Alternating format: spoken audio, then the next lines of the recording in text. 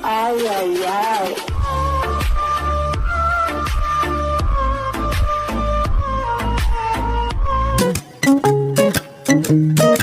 ভাগ্যে স্যার কিছু বুঝতে পারেননি আর ঘুমিয়েও পড়েছে। এবার আমি এখান থেকে যাই।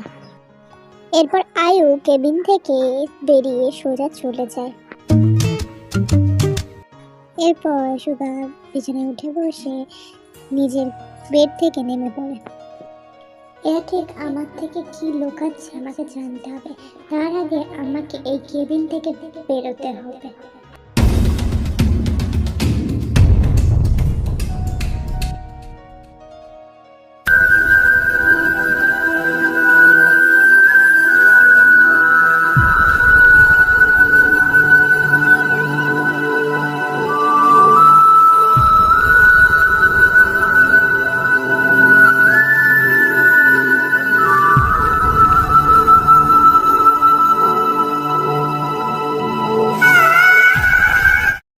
আমি তো এটাই বুঝতে পারছি না তে এরকম অবস্থা কি করে হলো।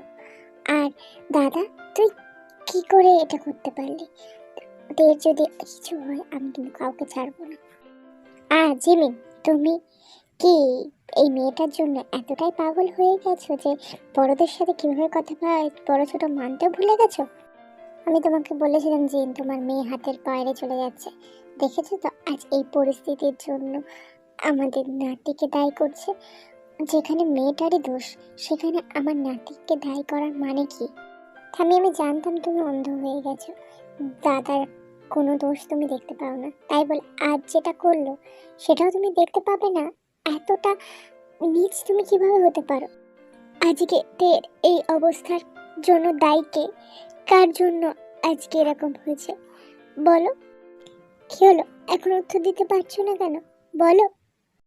দেখ জিমিন, এই বলে জিমিনকে উদ্দেশ্য করে কিছু বলতে যাবে তখনই কি হয়েছে আমার বোনের? সুগা,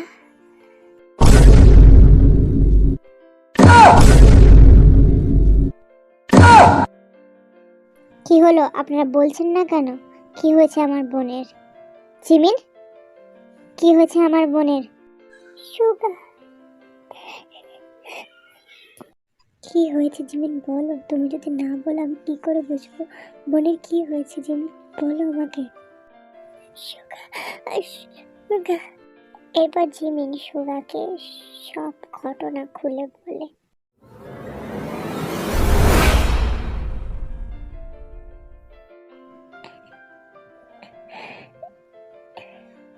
তে কোথায় জিমিন? এরপর জিমিন কাঁদতে কাঁদতে আঙুল দিয়ে ইশারা করে দেখায় সুগাকে। এরপর সুগা ধীরে ধীরে তের কেবিনের দিকে যেতে লাগে।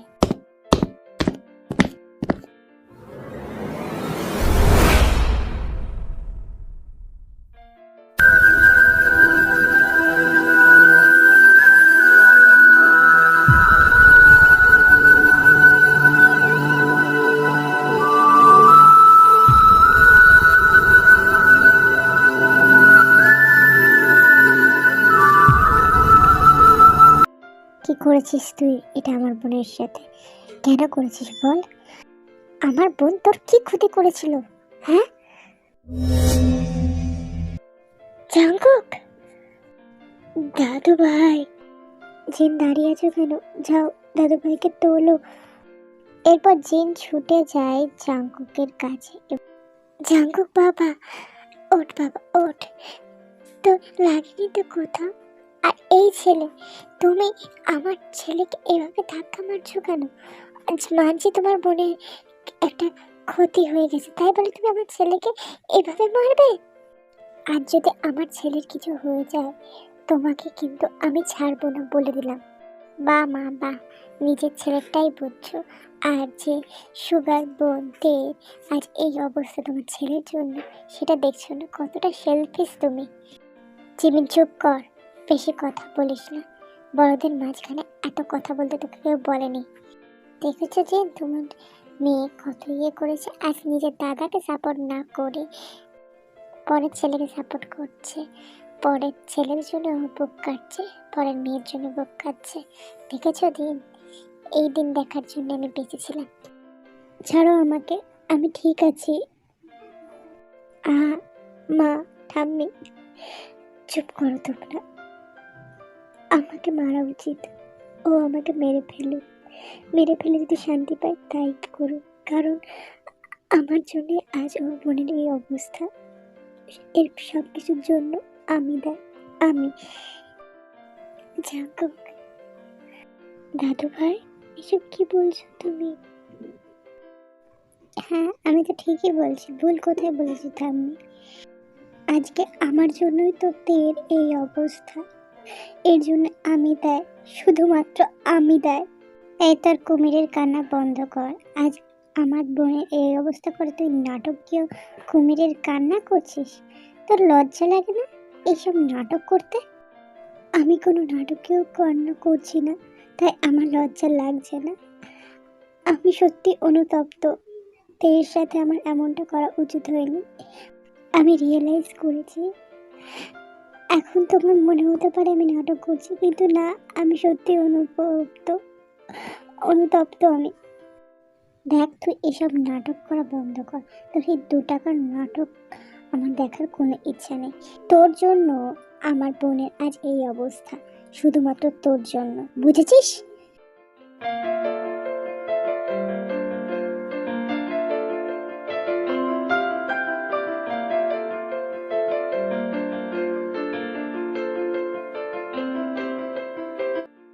এখানে কি হচ্ছে?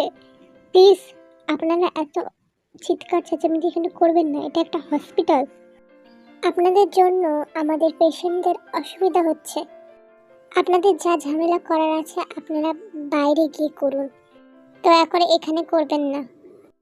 আই এম সরি ডক্টর, আমি বুঝতে পারছি, কিন্তু আমার বোনের এরকম অবস্থা, তাই আমি নিজেকে ঠিক রাখতে পারছি না। আপনার বোন মানে? যে পেশেন্ট অ্যাডমিট আছে উনি হচ্ছেন এনার বোন। আচ্ছা, বুঝতে পেরেছি, কিন্তু ইনি কে তাহলে? আসলে আমি ডক্টর। উনি কেউ না, উনি একজন থার্ড পার্সন। আর আপনি এসব ছাড়ুন ডক্টর, আমার বোন এখন কেমন আছে সেটা বলুন। আপনার বোন এখন বিপদের বাইরে আছে, এখন ঠিক আছে, কিছুক্ষণ পরে জ্ঞান ফিরবে। আপনি গিয়ে দেখা করে আসতে পারেন, আপনারা কেউ গিয়ে। তবে সবাই একসাথে গিয়ে দেখা করবেন না, এতে পেশেন্টের শরীর খারাপ করতে পারে। আর পেশেন্টকে দেখাশোনা করবেন ভালোভাবে, বেশি স্ট্রেস দেওয়া যাবে না পেশেন্টকে, এটা ওনার জন্য ভালো হবে না। যতদূর আমরা দেখলাম পেশেন্ট অনেক স্ট্রেস আর ট্রমার মধ্যে ছিলেন, এটা একদমই রাখা যাবে না ওনাকে, এতে ওনার ক্ষতি হতে পারে। সুস্থ হওয়ার পর পেশেন্টকে যতটা সম্ভব হ্যাপি রাখার চেষ্টা করবেন। আশা করি আপনারা বুঝতে পারছেন। আচ্ছা ডক্টর, আমি কি আমার বোনের সাথে কি এখন দেখা করতে পারি? হ্যাঁ পারে, কিন্তু একটু পর। Okay doctor, thank you so much. My pleasure. এরপর ডক্টর ওখান থেকে চলে যায়। এই তো নাটকীয় মেয়ে সুস্থ হয়ে গেছে, এবার আমরা এখানে দাঁড়িয়ে থেকে কি করবো? এখান থেকে চলে যাই। একদমই মা আর দাদার মতো নাটকবাজ, আমাদের হয়রানি করার জন্য এগুলো করেছে। এখন তো দিব্যি সুস্থ হয়ে গেছে, তাই ছিল আমাদের সাথে এইসব করে সাহায্য করবে, এখন দিব্যি সুস্থ হয়ে যাচ্ছে, এবার ঢ্যাং ঢ্যাং করে বাড়ি যাবে। ব্যাস, অনেক হয়েছে, অনেকক্ষণ ধরে শুনছি আপনার এইসব কথা, আর আপনার মুখ থেকে আর একটা আমার বোনের বিষয়ে খারাপ মন্তব্য শুনি তো আমি ভুলে যাব আপনি আমার থেকে বড়। এই ছেলের কত বড় সাহস, আমাকে ধমকি দিচ্ছে। আমার কি করবি? তুই কি করবি আমার? হ্যাঁ জাঙ্কুক, দাদু ভাই, কিছু বলবি না তুই? তোর ঠাম্মিকে এইভাবে বলছে ও? ঠাম্মি চুপ করো, তুমি সব জায়গায় এইসব কথা না বললেই না, সব জায়গায় তুমি একই কথা বলো, পরিস্থিতি বুঝে কথা বলতে হয়, তুমি সেটুকুও জানো না? জাঙ্কুক দাদু ভাই, তুই আমাকে এইভাবে বলতে পারলি? ঠাম্মি, তোমার নেকা কান্না বন্ধ করবে প্লিজ?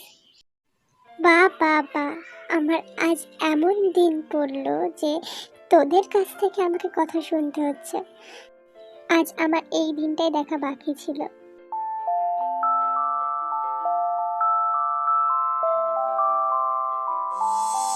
এরপর রোজ ওখান থেকে চলে যায় রাগ করে।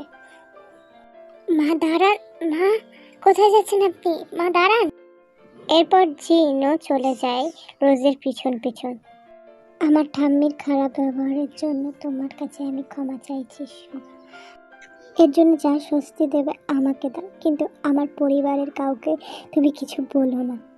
দেখ, এটা হসপিটাল, তাই তোকে আমি কিছু বলছি না। আমি চাই না এখানের পেশেন্ট বা আমার বোনের কোনো অসুবিধা হোক, কিন্তু এইসবের হিসাব তো আমি তোর কাছ থেকে পরে নেব। এখানে পেশেন্টের বাড়ির লোক কে আছেন? পেশেন্ট তাকে খুঁজছে। আমি পেশেন্টের বাড়ির লোক। বলুন, আপনি পেশেন্টের বাড়ির লোক? হ্যাঁ, বাট আপনি কে হন পেশেন্টের?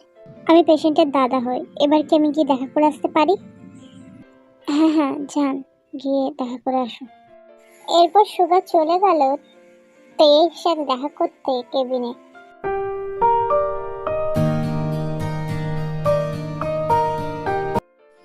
তে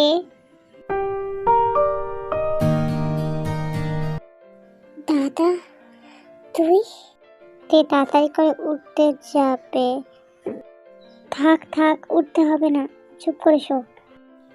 তুই এখানে কিভাবে? আমি এখানে কি করে এলাম এটা ভেবে অবাক হচ্ছিস তো? তুই কি ভাবলি আমি, তোর এত বড় বিপদ হয়েছে আর আমি খবর পাবো না? আমি একদম ঠিক আছি দাদা, আমার কিচ্ছু হয়নি। সে তো দেখে বুঝতেই পারছি তোর অবস্থা কি হয়েছে। ঠিক কুলাঙ্গারটা তোর সাথে কি কি করেছে। দেখ দাদা, তুই যেমনটা ভাবছিস তেমনটা কিচ্ছু হয়নি, আর তুই এইসব নিয়ে একদম চিন্তা করিস না। আমি একদম ঠিক আছি। তোর কি হয়েছে বল? তোর শরীর এখন ঠিক আছে? হ্যাঁ, আমি তো এখন ফিট অ্যান্ড ফাইনাল। আমাকে তো ঠিক থাকতেই হবে, না হলে তোকে কে দেখবে বল? আচ্ছা দাদা, একটা কথা বলবি? তুই এখানে কিভাবে এলি? আসলে এরপর সুগা তেকে সব ঘটনা খুলে বলল। এর মানে তুই তোর এই দুর্বল শরীর নিয়ে এখানে চলে এসেছিস? এটা কিন্তু ঠিক না দাদা, তোর শরীর খারাপ করবে। তুই এখানে থাকিস না, যা গিয়ে তুই রেস্ট নে। তোকে আমি কি বললাম? তোর দাদা একদম ঠিক আছে, কোনো সমস্যা নেই, আমি একদম ফিট অ্যান্ড ফাইন।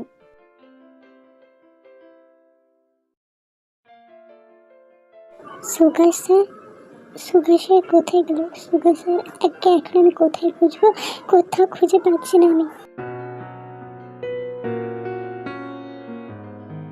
এই তো Jimin ma'am, Jimin ma'am, Jimin ma'am, কি করে বলবো আমি সুগা স্যার হারিয়ে ফেলেছি। তাও একবার জিজ্ঞেস করে দেখি যদি সুগা স্যারকে কোথাও দেখে থাকি। জিমিন ম্যাম, ম্যাম, আপনি কি সুগা স্যারকে কোথাও দেখেছেন? আমি না ওনাকে কোথাও খুঁজে পাচ্ছি না। এরপর জিমিন কাঁদতে কাঁদতে আঙুল দিয়ে ইশারা করে কেবিনের ভিতরে দেখায়।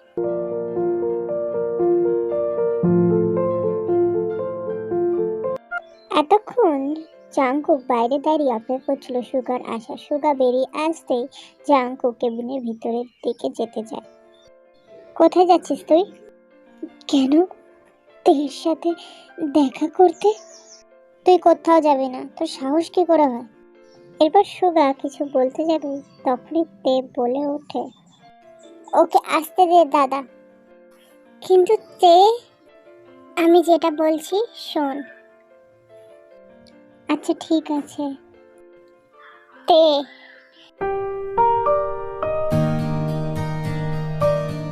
তে, তোমার সাথে আমি যা করেছি তার জন্য আজকে তোমার এই অবস্থা। এর জন্য আমি দায়ী। আমি জানি আমি ক্ষমার অযোগ্য, তাও আমি তোমার কাছে ক্ষমা চাইছি। পারলে আমাকে ক্ষমা করে দিও তে। আমি জানি যে আমাকে ক্ষমা করা যায় না, কিন্তু তাও আমি তোমার কাছে একটা অনুরোধ করছি, হাত জোর করে তুমি যদি পারো আমাকে ক্ষমা করে দিও তে। আপনার বলা হয়ে গেছে মিস্টার জন জঙ্কুক, আপনার বলা হয়ে গিয়ে থাকলে এবার আমি কিছু কথা বলি। প্রথম কথা, আপনাকে ক্ষমা করার ইচ্ছে বা মানসিকতা আমার কোনোটাই নেই। আর দ্বিতীয়ত, একান্তই আপনি যদি ক্ষমা চাইতেই চান বা ক্ষমা পেতেই চান তাহলে আমার সামনে কোনোদিনও আসবেন না। কোনোদিনও না, আমার ত্রিসীমানায় আপনাকে যেন কোনোদিনও না দেখি। তে পেরিয়ে যান আমার কেবিন থেকে।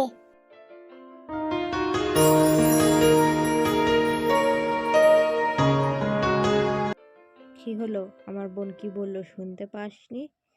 চল ফট।